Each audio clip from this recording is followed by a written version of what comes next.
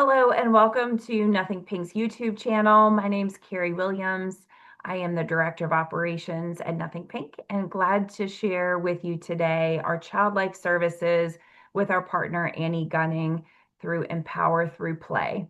Annie has been a certified child life specialist for over 20 years. She has experience in working with children, with adults in adult emergency ICU, hematology, oncology, and a wide variety of experiences, including general pediatric surgeries as well.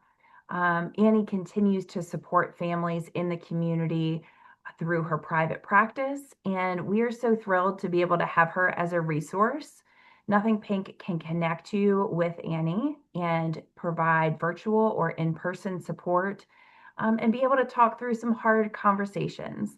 So Annie's going to share with us today about talking about a diagnosis with our children, and she's going to give you some great tools and tips to equip you for some of those really delicate conversations. Thanks for being here, Annie. Thank you so much, Carrie. I'm happy to be here as always, and really happy just to be able to partner with Nothing Pink and then all the families that I've already had the privilege of working with and meeting through your organization. So as Carrie said, we're going to get started with talking about how you talk to your child about a diagnosis. We chose this topic because we feel like this is something that parents, at least I hear from parents a lot, and I think Carrie does too. What do we say? How do we tell our kids about a diagnosis? So a very important topic. And before we get started, I just want to talk a little bit about child life and what child life specialists are, because it's not something that, especially if you haven't worked in or been in a pediatric hospital, a lot of people don't know specifically what child life is. So as Carrie said, I've been a child life specialist for many years in the clinical setting, so in a hospital setting, and now I work more in the community. But just the basis of child life is providing developmentally appropriate education. So we're meeting that child where they're at, just within their family system and where they are developmentally, and providing that appropriate level of education for them. That is our specialty, kind of breaking down the medical terms in ways that kids can understand.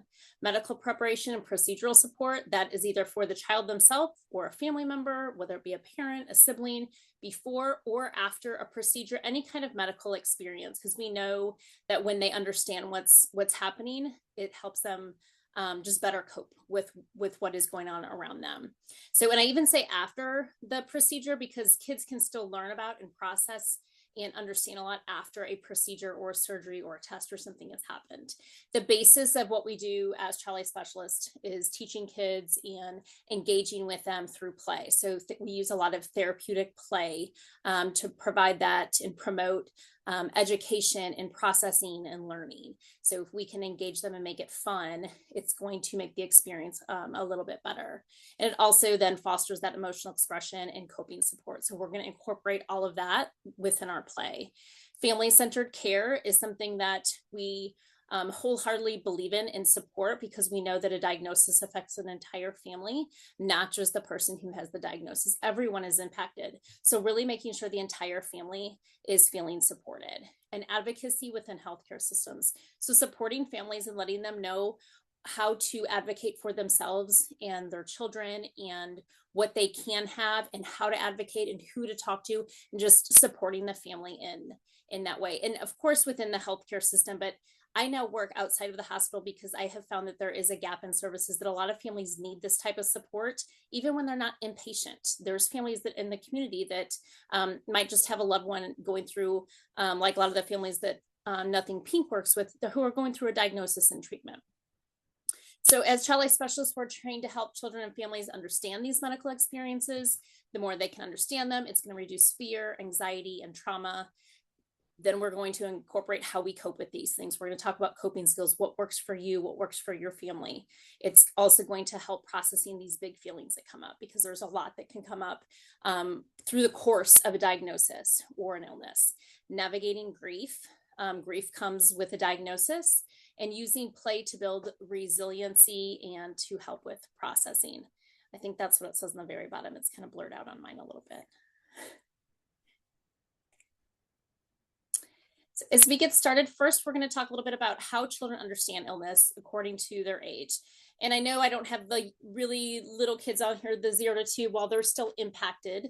We know even young toddlers are impacted from an illness. This is more of helping them under what children understand at this age. So 0 to 3-year-olds, very concrete thinkers. So everything needs to be just simple, direct, honest information, small amounts of information. They may believe they caused the illness. And I've even seen kids, even on the older end of this, thinking this make-believe type of thinking, this the magical kind of thinking is what this is. And they believe that, oh, if I wouldn't have said this, or maybe if I didn't act like this, my parent or my sibling or somebody, they wouldn't have gotten this illness. So making sure, that they understand that like they're not the ones that causing this is a big thing. I've worked with kids who they really thought that because they did something that they shouldn't have done, like they wouldn't have gotten sick if they wouldn't have just done that, their mom, and so just clarifying that for them, because and that's just how their brain is working right now. That's just the magical thinking that they're in. And then a lot of times for this age too, their big focus is on separation and routine. So separation from the caregiver or from their family, and then routine. When we know kids thrive off of routine. So when that routine is interrupted because of doctor's appointments or, just general how you're feeling and you need a break and you can't do all the things, kids are affected that way because their routine is thrown off. And then going up a little bit for the next age group, the 7 to 12, the school age kids, you can give them a little bit more details and explanations. They need more details. If they're asking for more details, you can give them a little bit more and you can explain things a little bit more to them. I kind of think of this, and I think Carrie and I talked about this the other day, as a backpack. Like when you're packing for kids for a trip, the little bitty kids, they have a little backpack. Think of their little preschool backpacks. So they only can handle and carry a little bit of information. As they get older, their bags get a little bit bigger and heavier, and so they can carry a little bit more. So that's just like a good analogy to think of when you're talking about how much to give the kids. This age kids, because they understand a little bit more, they may worry about the treatment, the pain, especially if they're seeing they're seeing how you're reacting. And then death too, they are going to ask those hard questions. They are going to worry about those things. And that's a normal part of understanding illness. So this will go into more of why it's important to talk about these things. And they notice the changes in their parents, any types of changes. Like kids are very keen to observe, and they know what's happening within our family, even when we're trying to protect them, because wholeheartedly, that's what we want to do. We're just doing this to protect them. But they notice these things. The teens understand the seriousness of it, especially if you say the word cancer. They're going to know what that means, most of them, but they still need a specific explanation as to what it is, what the treatment is. But they do understand the gravity of it more than the younger kids. So they'll understand just maybe their role in it and the symptoms, or not symptoms, the side effects and things like that.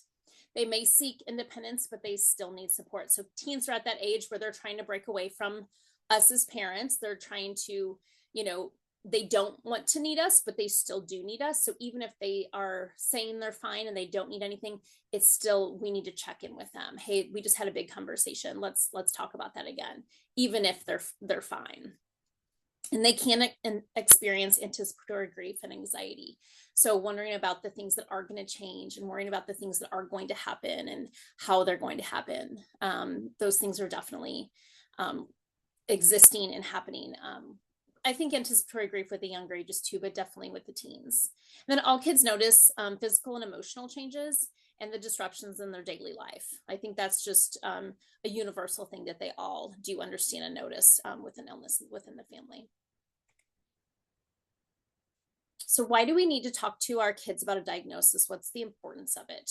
Children sense when something is wrong. So silence can actually increase their worry and confusion. So like I said, we want to protect them, and we can protect them, but it's not by not talking to them about it. We need to make sure we're talking about it, because otherwise they're going to just make up their own stories. They're going to hear bits and pieces, or they might hear things in a movie or from a video or from a show, and then they're going to start making up their own story. And that is what can increase their worry and anxiety. Like, I heard this happen in a movie to so and so, that that's going to happen to my family. So that's why one of the reasons when we need to talk about that with them. Honest, age appropriate information helps them feel safe and included. So we want them to know that they're included as part of this family.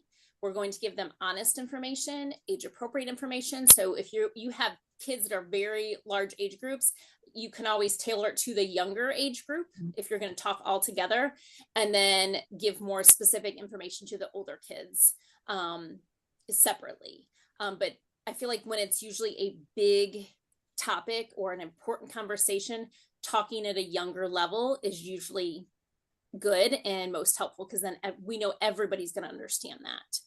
And honest information does not need all information. Not everybody needs all of the information, but it does need to be honest.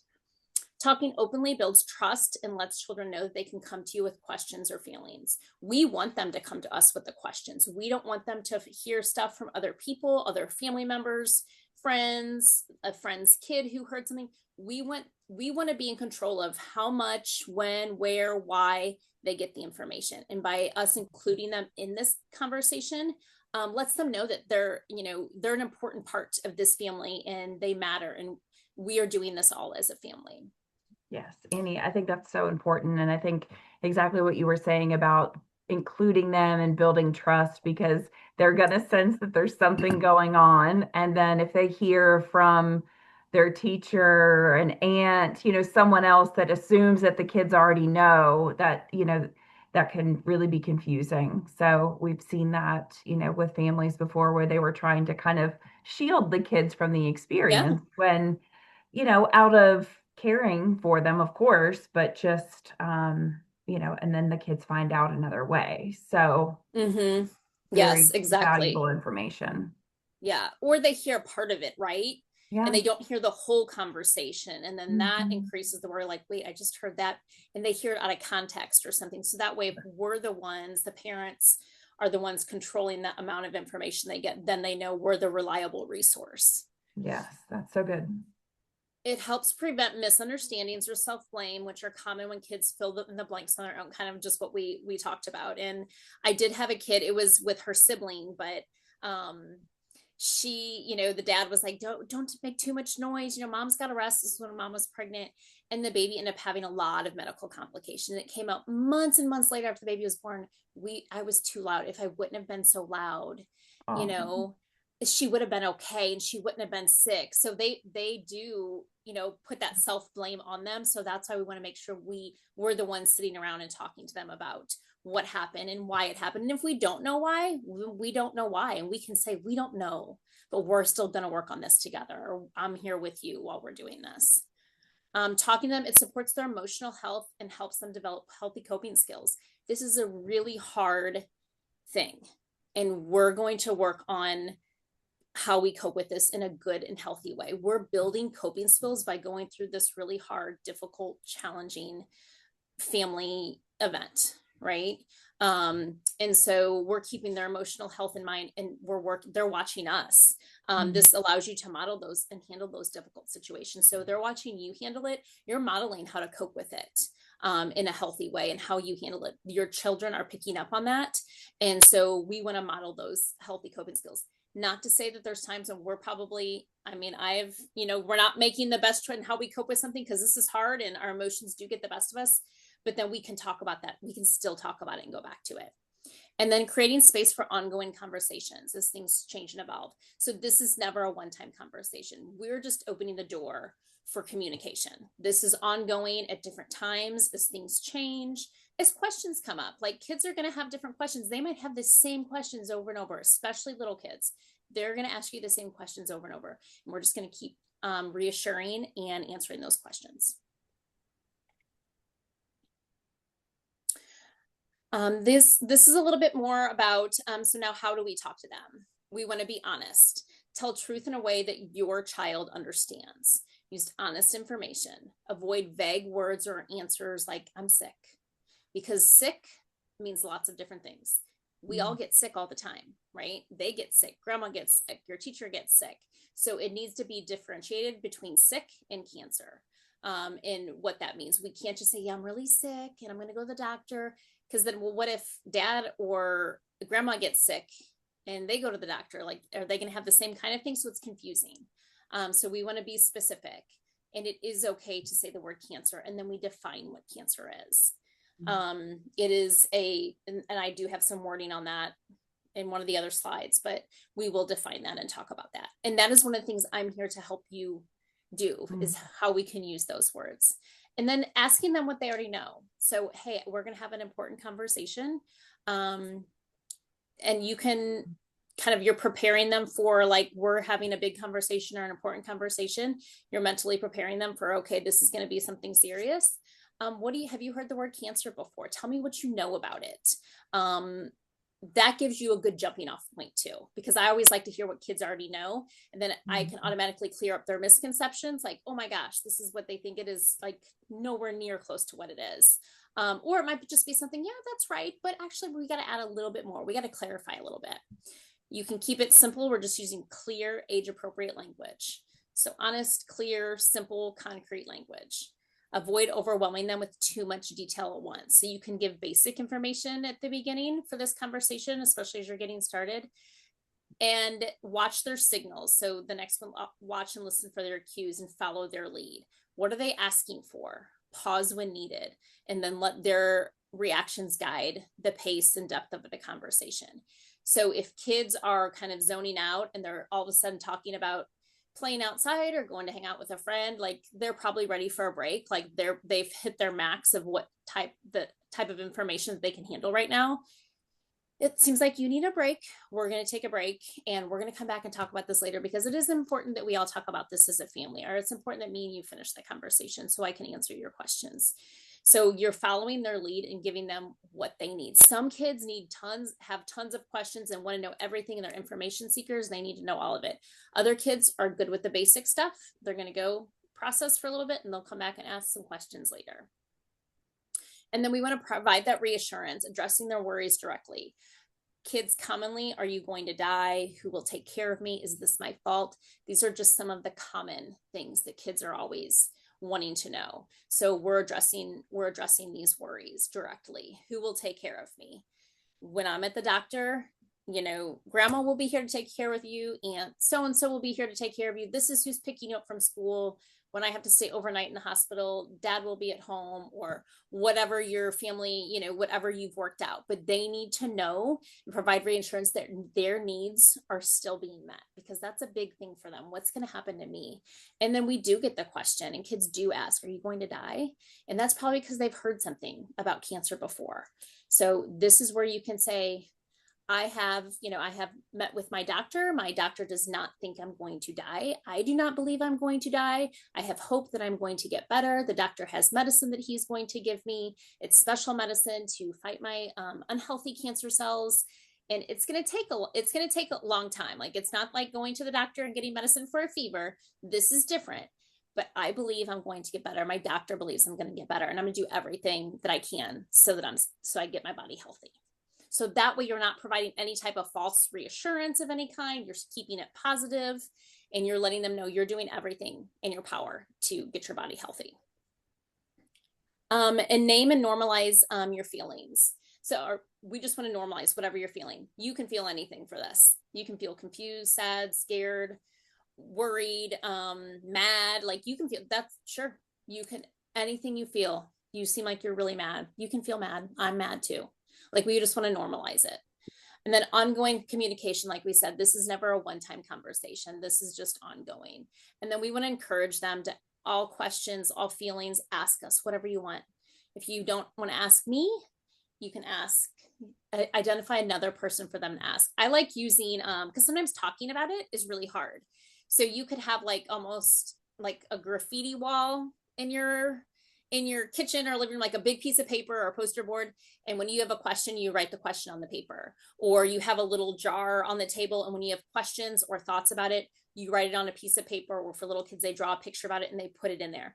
And then when you see a question or a comment, you can address it like that. Because sometimes it is hard to talk about these things. Like, drawing them and writing them is easier sometimes than saying it verbally. That's a great idea. I like that. And then other things just to keep in mind as you're talking about these things and having these conversations with your kids, be mindful of your own emotions and start calmly and choose the right moment. This is a really hard conversations that parents have told me that they've had to have with their kids. Like it is, I mean, I just can't say I don't know. I haven't had this conversation with my kids, but all the parents that I've talked to, like, I'm gonna start crying when I talk about it. I don't think I can talk about it. It's okay if you cry when you do it, but being Mhm. mindful of where you're at in the day or within your treatment, so that you can pick a time of the day that is more calm for you. And just having a general plan, but staying flexible. Like, okay, these are the things I'm going to talk about today, but also knowing like you might not get to all those things. They might get hung up on the very first thing you mentioned, and then the conversation ends there for that moment, and that's okay. And it's okay for you to cry and show emotions. Like this is hard and it's sad, and you can tell them, yeah, I'm crying because I'm really sad, because this is really hard, and I am feeling scared. And crying's a normal reaction when you're feeling sad and scared, right? So if they see you doing it, they'll be like, yeah, I know that I can do that too. So it's really a validation, for them as well. And knowing you can pause if you're feeling overwhelmed. If it's too much, I need a break right now. Again, you're modeling those coping skills when you do that. I need a break right now. I'm going to go get a drink of water. I'm going to, take a break in your room or whatever. I'm going to go outside, and then I'm going to come back. That's modeling a positive coping skill, letting yourself calm down before you come back to the conversation. And you can have these conversations while you're engaged in something else. So you can notify them like, hey, we need to talk about something. We have something big to share. But you can also do that while your hands are busy, while you're playing with some Play-Doh, while you're using squishies, while you're also doing like a game of some kind.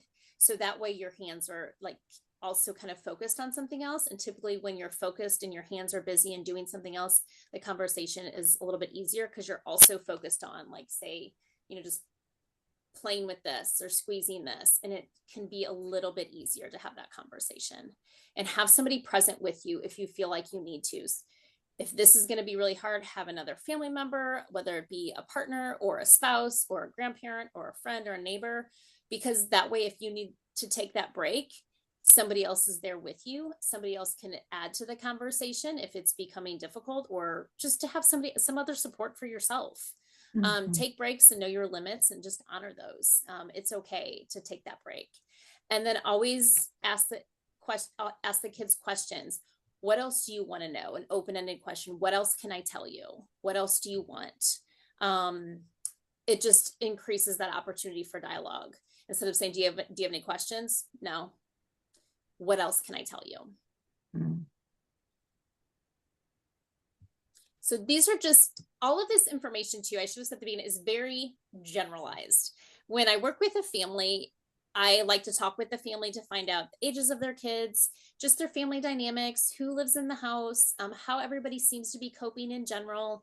And then we can come up with like an individual plan if we need to. So this is all general. And even these general scripts, again, it just is a basis of where to start, but it can be tailored to each child. So for the younger kid, there's a spot of sickness. And I know I use the word sickness, but I'm defining it by saying cancer. You can't see it, but the doctors can with special tests. They're giving me strong medicine called chemo to help my body. No one caused this, and you can ask me any questions you want. That can just be kind of a general, basic place to start. What do you know about cancer? What have you heard about cancer? Tell me what you know. For a little bit older kids, a little bit older school age, I want to tell you something important. I have breast cancer. Normally, cells in our body grow and stop growing at the right times, but cancer cells are unhealthy cells. When too many grow together, they form something called a tumor, which can damage the healthy parts of my body. The doctors are giving me medicine and treatment to fight those cells. And then if it would need to be surgery, then you can say, and I'm going to be having a surgery and the doctor is going to remove those cells from my body. And then you can go into if you need to talk more about surgery, but you can just kind of start with those general statements. What do you want to know? Tell me what you know.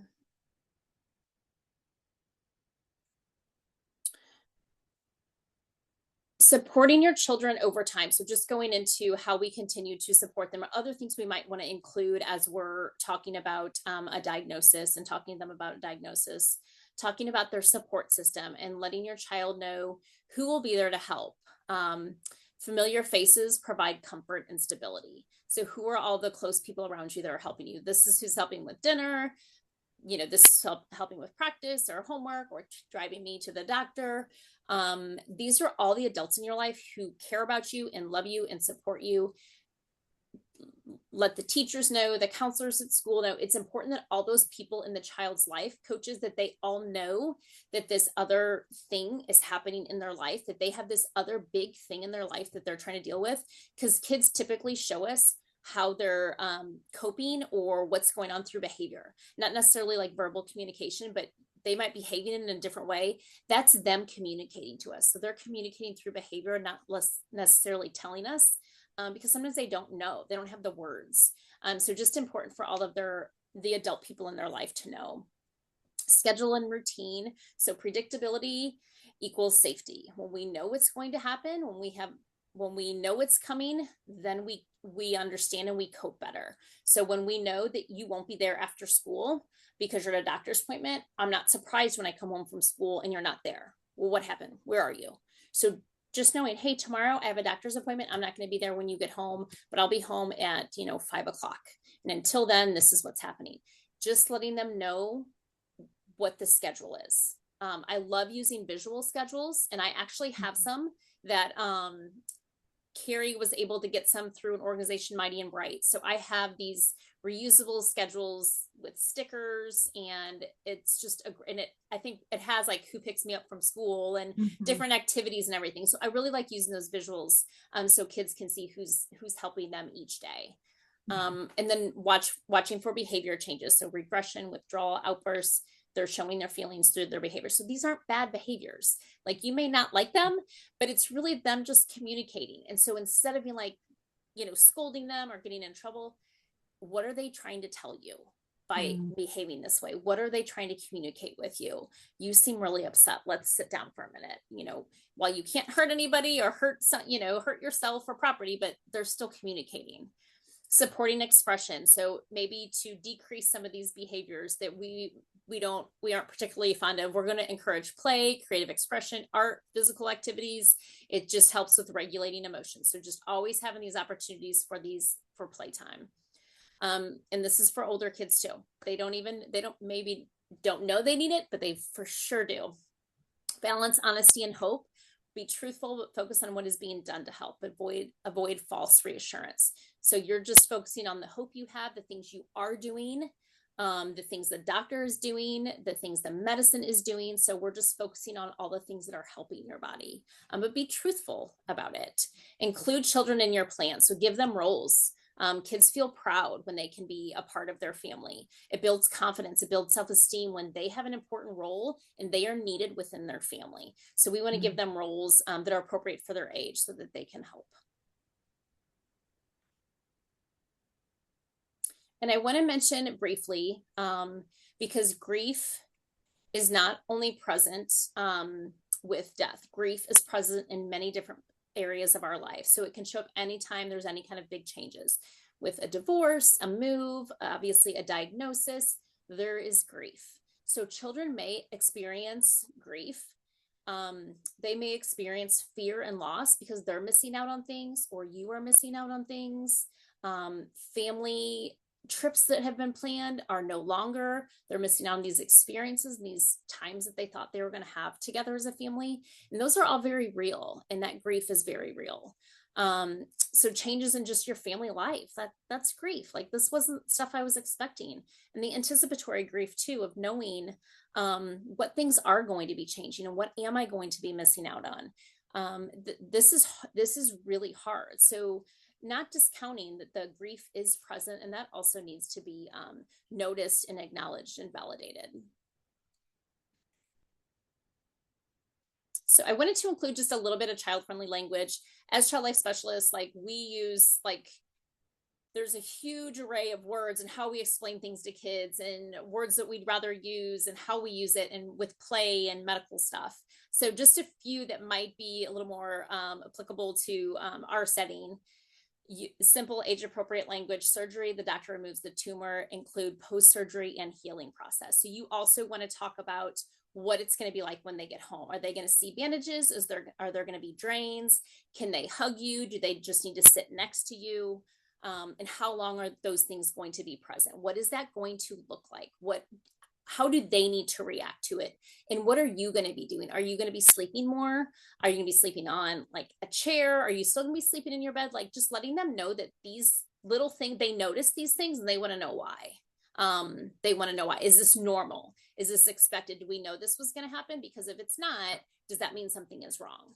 A portacath, a small object under the skin with a tiny straw to give medicine or check blood. And I don't have an actual port, but I have a bear that I put something under his skin so it like resembles a port. And I have the butterfly needles and I let kids do an access and push, like I color water and we push that in with the syringe so they can kind of see how it goes in. I actually just did that with a family recently. And that is all she wanted to do the whole time. But it brought up questions about her mom. Well, I think this probably hurts my mom when it's in. I was like, oh, that's an interesting question. We'll ask mom if that hurts when it is.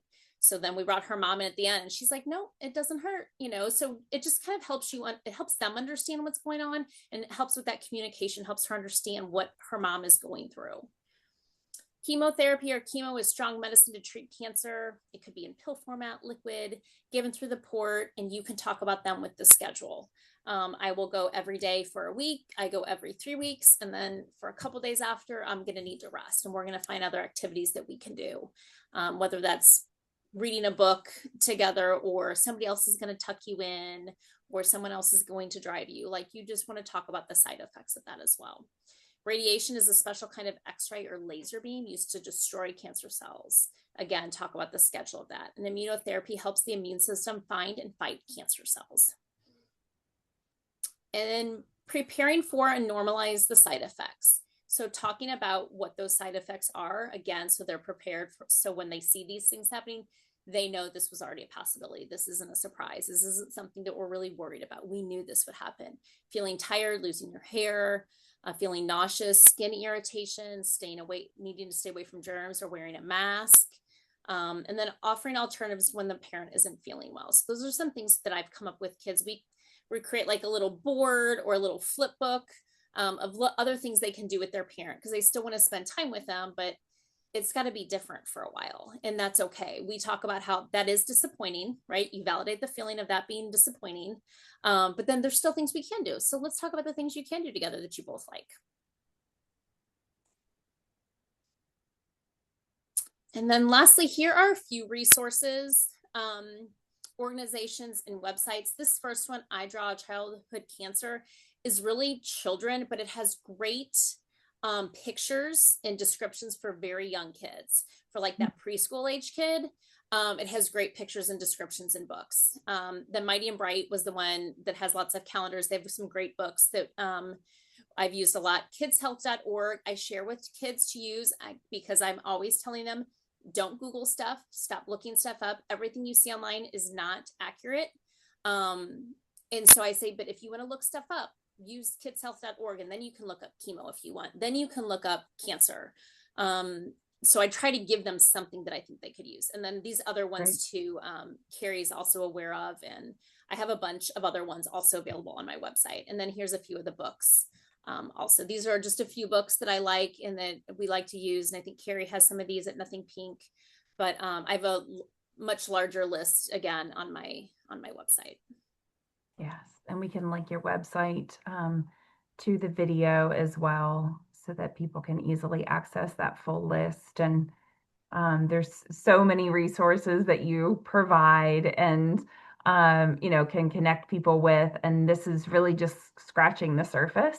I think that's important for people to know that Annie is here to help you work through these conversations with your kids, because it can feel like a lot to be able to deliver this information and also to continue to check in on them. So we have a number of families that we have set up, weekly or biweekly visits with Annie, and that way they have some consistency and some follow-up and check-ins. And you do such a great job of following back up with the parent and letting them know how the session went. And I know they appreciate that too, because ultimately we want to know they're okay, right? And what do we need to do to help them be okay through this, or what more conversations do we need to have? And you always have Yeah. fun. Look at all these fun pictures. I know. She's always Yeah, I making wanted this. to share. I know Yeah, people are always like, I mean, I truly feel just privileged to walk alongside the families. I think they let me into a very vulnerable space, and it's an honor to work with them. And at the same time, like, we do have fun. Like, these are hard topics that we're talking about, really hard things we're working through, but we can make it fun to where we're building that resiliency and that coping. So I did want to share just a couple of things so you kind of know how I work. um, the first one is a parent was in the hospital, and it was preparing them to go see their parent for the first time. So I got pictures from the hospital, and then we talked through what everything was, so they knew going in that's what great. the doors were going to look like, what the nurse's station was going to look like, where you washed your hands. So they knew step by step what to expect. And I worked Mm, with one of the child life specialists at the hospital to make sure that we were both, she helped me and then I helped her preparing the child at home because there was no other way to prepare them. So yeah, we can prepare them for what they're going to see at the hospital. The middle one here is this was a young kiddo, but this was mom's after her hospitalization. But her mom, she came to see her mom at the hospital, was very afraid of the IVs and everything the mom had. So this was one of those things I talk about, the post.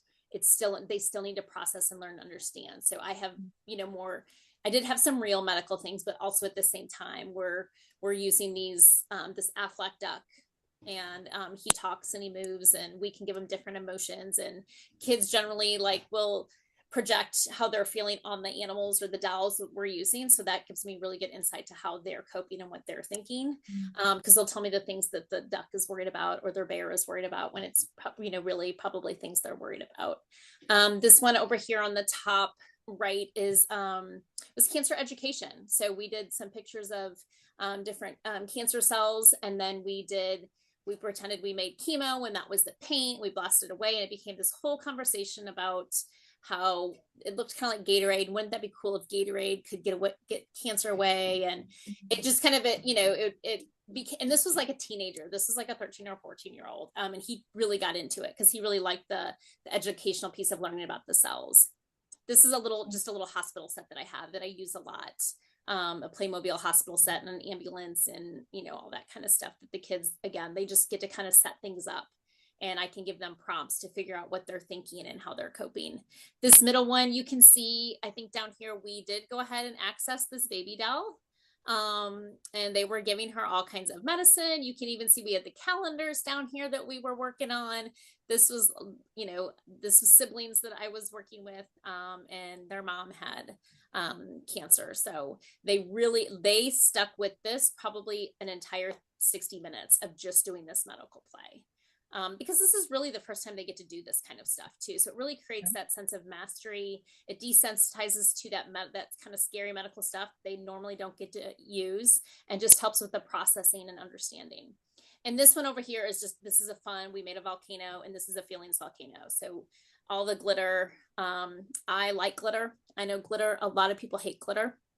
I am all for it. I'm all for messes and glitter and whatever we can do to make a mess, but whatever feeling you had was assigned to a color of glitter, and we put that in, and then we talk about how we got to talk about our feelings, because otherwise we explode like a volcano. We can't just keep shoving everything down, and then we make the volcano explode, and then it becomes a whole nother sensory play experience. So these are a few a That's few great. ways of how we And play. you're probably, bringing along the next generation of doctors for these kids that are like, oh, I get to play with all the medical Yeah. things. Yeah. So that's Oh, so many kids that I talk amazing. to were like, "Oh yeah, I'm going to be a doctor. I'm going to do this." But really it's because of their parent. Like, they want to be the Sure. one to Yeah, to make it go help away. people. Yeah, Yeah. love So, that. and then this was just my information. I think you're going to just kind of connect that anyway, but yeah, that's all I had. So, thank you so much. Yes, thank you, Annie. This was wonderful. And feel free to go back and revisit any of this session. If you need those talking prompts, pause the video, make some notes for your conversations. I wrote down some things. I don't think I've ever looked at the kidshealth.org. I want to look at that. Um, And that's amazing that there's a website that kids can look up all the medical things and give them an appropriate explanation. That's That one I'll add to. It has parents, kids, and teens. That's what, Okay, so like even if parents want to know information, like it gives them good information for their kid. And I great. like it, and it has more than just like medical stuff. It has general health stuff. It has, your growing body, just how to keep your body healthy, but it has Yeah, tons of just different diagnosis information. It's really a great website. okay. Good, wonderful. I always learn new things with you, Annie. Thank you. So we'll just wrap this up and reach out to Nothing Pink if you'd like to be connected with Annie. We can certainly do that. And there are services available meeting at the Roots, or depending on where you're located, she can meet at home or virtually. So we look forward to connecting you with these wonderful services so that we can support you and your family. Thank you for being here with us.